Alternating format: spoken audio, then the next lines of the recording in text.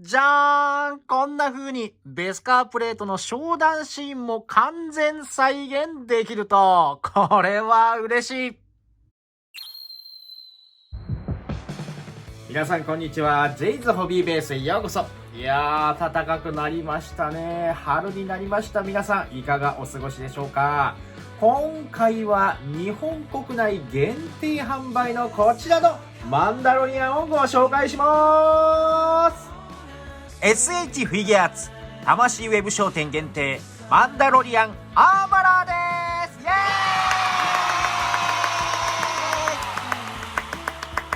こちらの商品は日本国内限定販売商品として2021年3月23日に発送されたものです。シーズン3の撮影もこの4月に開始されるというドラママンダロリアン。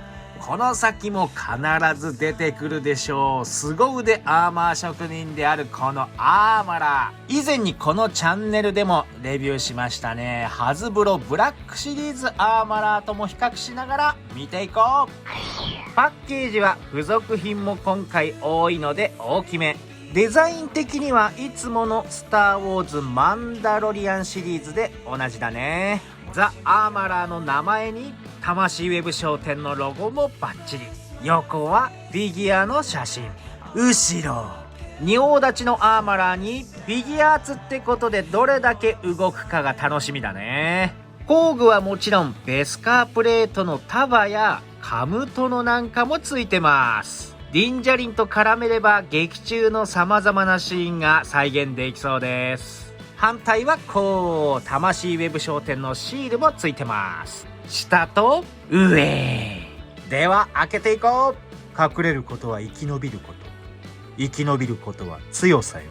だがおー、見てこれ背景紙がついてる。しかもこの溶鉱炉この工場の背景紙、これめちゃくちゃ嬉しいね。そして付属品もたっぷり。本体はだいぶガタイがいい感じがするね。ハンマーとやっとこう。替えの手は4種類ついていて、ディンジャリン用の手もついてます。座る時用のスカートパーツかな。ベスカープレートは単品と束の2種類、カムトノも2種類ついています。気になる背中の毛はプラスチックだね。で取説。いやー、背景紙がマジで嬉しいし楽しみではブリスターから取り出してじっくり見ていこう。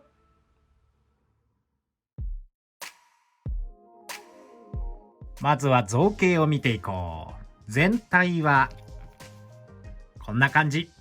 ここからは比較しながら見ていこう。右側が今回のフィギュアーツ版のアーマラー。そして左側がハズブロブラックシリーズ版のアーマラー。ちなみにこちらは通常版ではなくてコミコン限定版です。フィギュアーツ版の方が体や腕など横にたくましくなっている感じですね。色合いはほぼ同じですが、ヘルメットはフィギュアーツ版の方が光沢が強いです。逆に体はハズブロ版はプラスチックの光沢が前面に出ていて、フィギュアーツ版はその光沢を抑えたリアルな塗装になっています。まずは頭部。ヘルメットの造形はほぼ同じなんですが、フィギュアーツ版の方がこの黒い部分に光沢がありますね。ハズブロ版はマットな黒になっています。また分かりやすいのがてっぺんの角。フィギュアーツ版はシルバーで塗装されていますが、ハズブロ版は黒になっています。顎のラインがフィギュアーツ版かなり鋭角になっているのに対して、ハズブロ版はちょっと丸みを帯びてますね。後ろの造形もほぼ同じです。両方ともヘルメットには汚しの塗装が追加されています。これいいね。胸のアーマーには汚し塗装が入っています。デザインも若干違いますね。ヘルメットと同じでフィギュアーツ版の方が劇中に近いかな。お腹のベルトは今回別パーツになっていて、造形や塗装なんかも細かくて素晴らしい。ハズブロ版も造形は細かいんだけど塗装はちょっと寂しいかな。肩のアーマーはフィギュアーツ版は別パーツになっていて、このように可動の妨げにならないようになっています。またデザインが若干変わっていて、ハズブロ版は縦にラインが1本あるのに対してフィギュアーツ版はそれがないんだね。腕の模様もフィギュアーツ版は単なる線ではなくて小さな粒が集まってラインが形成されていて、これは細かい。前腕から拳にかけてのデザインは同じなんですが、ハズブロ版の方がメリハリが効いてて僕は好きかな。やっぱり大きく違うのが背中のファー。こちらハズブロの方はこれ限定品なので背中がこう生地になってますけれども、通常版はねフィギュアーツと同じくプラスチックでできています。フィギュアーツ版のファーもこれはとっても細かく作られていて、塗装も中央部分がね濃くなっていたりと、この出来はいいと思いますね。ちなみに背中のファーは取り外すことができます。背中を見比べると全然違うね。ハズブロ版は肩のプレートのみなんだけど細かい造形があります。フィギュアーツ版は細かくないんだけどもアーマーを背中全体に着込んでいると。またベルトの造形も全然違うね。この部分は劇中ではあまり見えない部分なんで、本当のところはどうなんだろうね。スカートはハズブロ版のシワがくっきり作られているのに対してフィギュアーツ版はちょっとのっぺりしていますね。またモールドの影の塗装なんかもはっきり塗られているので、好み的には僕はハズブロの方が好きかな。後ろはこう。ハズブロ版は細かいモールドの塗装も入っていますが、フィギュアーツ版はあまりそういうところがないので、立体感がね、ないかな。ズボンのデザインは腕と同じでフィギュアーツ版細かい縫い合わせの造形がいいね。横のラインも色、そして太さが若干違っています。またブーツも色合いがだいぶ違っているのと長さが違ってますね。フィギュアーツ版はだいぶダボっとしていて、これは可愛くていいなと思います。後ろと足の裏はこんな感じ。次に可動を見ていこう。頭部は左右よく動くし、傾きもいいね。前後は前、後ろ。後ろはファーに干渉してここまでですが、取ってしまえばよく動くかな。体は腰の部分でボールジョイントなのでぐりぐり動くし、よく曲がります。前後は前、後ろ。まあまあかな。肩は上下の引き出しがあって、腕を真横に上げると、90度いかないぐらいかな。前後へはファーが干渉しますが360度回せます。これいいね。そして上腕のこの線でロールがついています。これは嬉しいし目立たないのが素晴らしい。肘を曲げるとここまで。手首はよく回って可動もいいんですが若干緩めかな。ほらすぐ取れちゃう。続いて下半身、こちらも上下の引き出しがあります。足を真横に開くと結構いくね。開脚はこんな感じ。今回は下から見よう。足の付け根でロールがあって膝を曲げるとここまで。足を前に出す場合はスカートが干渉してこれぐらい。ただ付属品についている前に出ているスカートにこれを取り替えれば足はここまで上がってくれます。足を後ろにやろうとするとこれぐらいかな。足首はボールジョイントで上、下。つま先の可動もあります。左右の回転はもちろん内側、外側にも動かせます。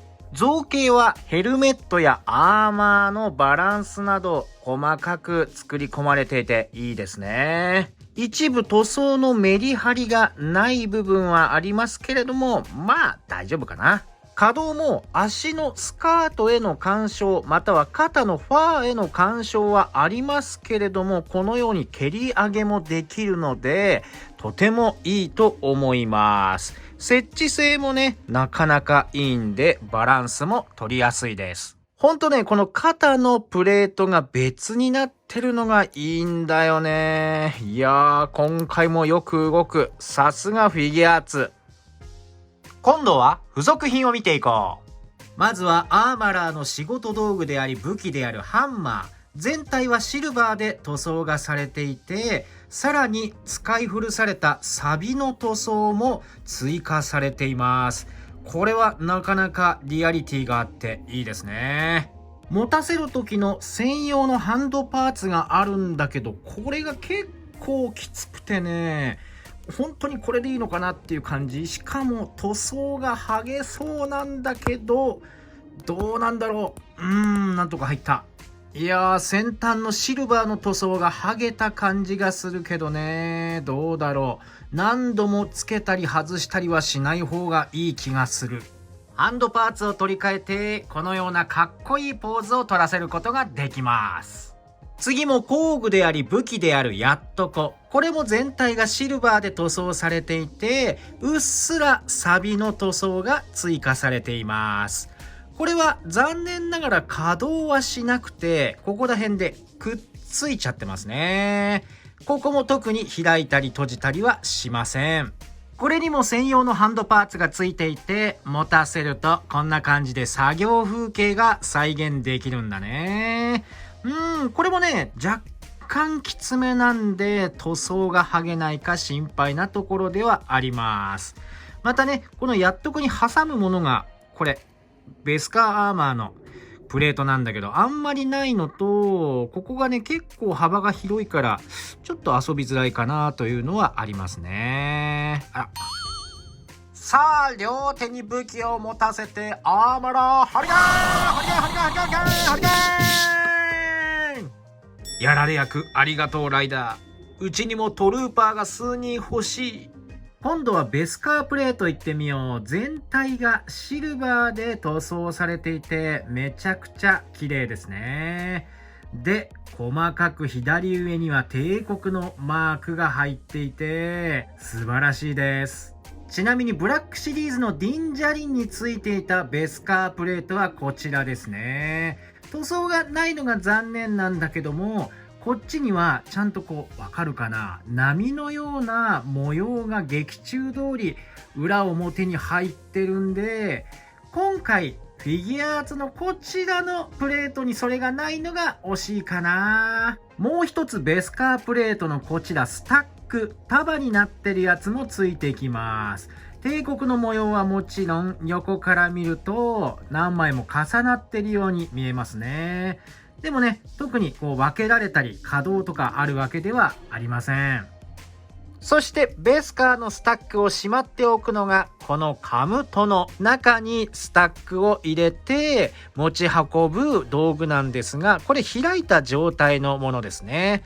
内側はオレンジで塗装がされていてモールドなんかも付けられています。外側にはシルバーの塗装だったり、開いた部分にもワンポイントでシルバーの塗装、モールドなんかも付けられています。上から見るとこんな感じ。ここも細かいね。こんな風にスタックを中に入れて、ハンドパーツをベスカープレートを持つ用の手に交換して、さらに座らせるためにスカートも交換しちゃいます。こちらが前で、こちらが後ろ。裏にはこのようにピンがついていて、説明書では上半身をねバチって取ってから交換してくださいって書いてあるんだけど、こんな風に取ろうと思えばその場で取れちゃうんで、もう僕はねこのまま取っちゃいますね。はい。お腹が棒人間になっちゃったけれども、座らせるために足を前に出してお腹の穴にスカートのピンを合わせて、お尻の方にも同じように穴が開いてるのでスカートを合わせよう。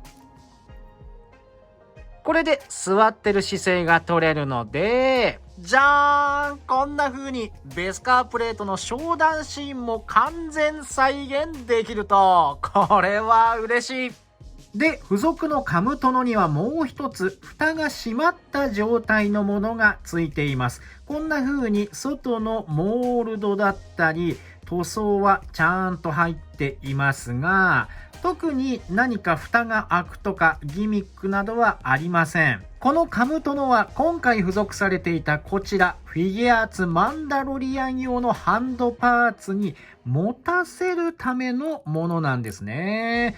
こうやって取り付けることができると。で、お手持ちのフィギュアーツマンダロリアンにつければ、こんな感じでベスカーをアーマラーの場所まで持っていくディンジャリンを再現できます。これ、いいよね。でもね、これ一つ難点があって、劇中持ってたのは左手じゃなくて右手なんだよね。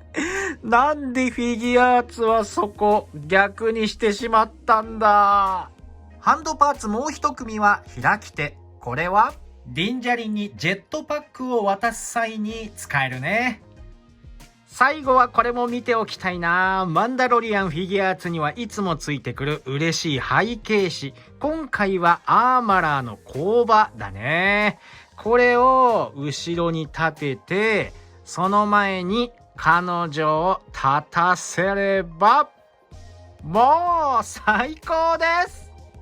付属品はこんな感じ。最後はポージング。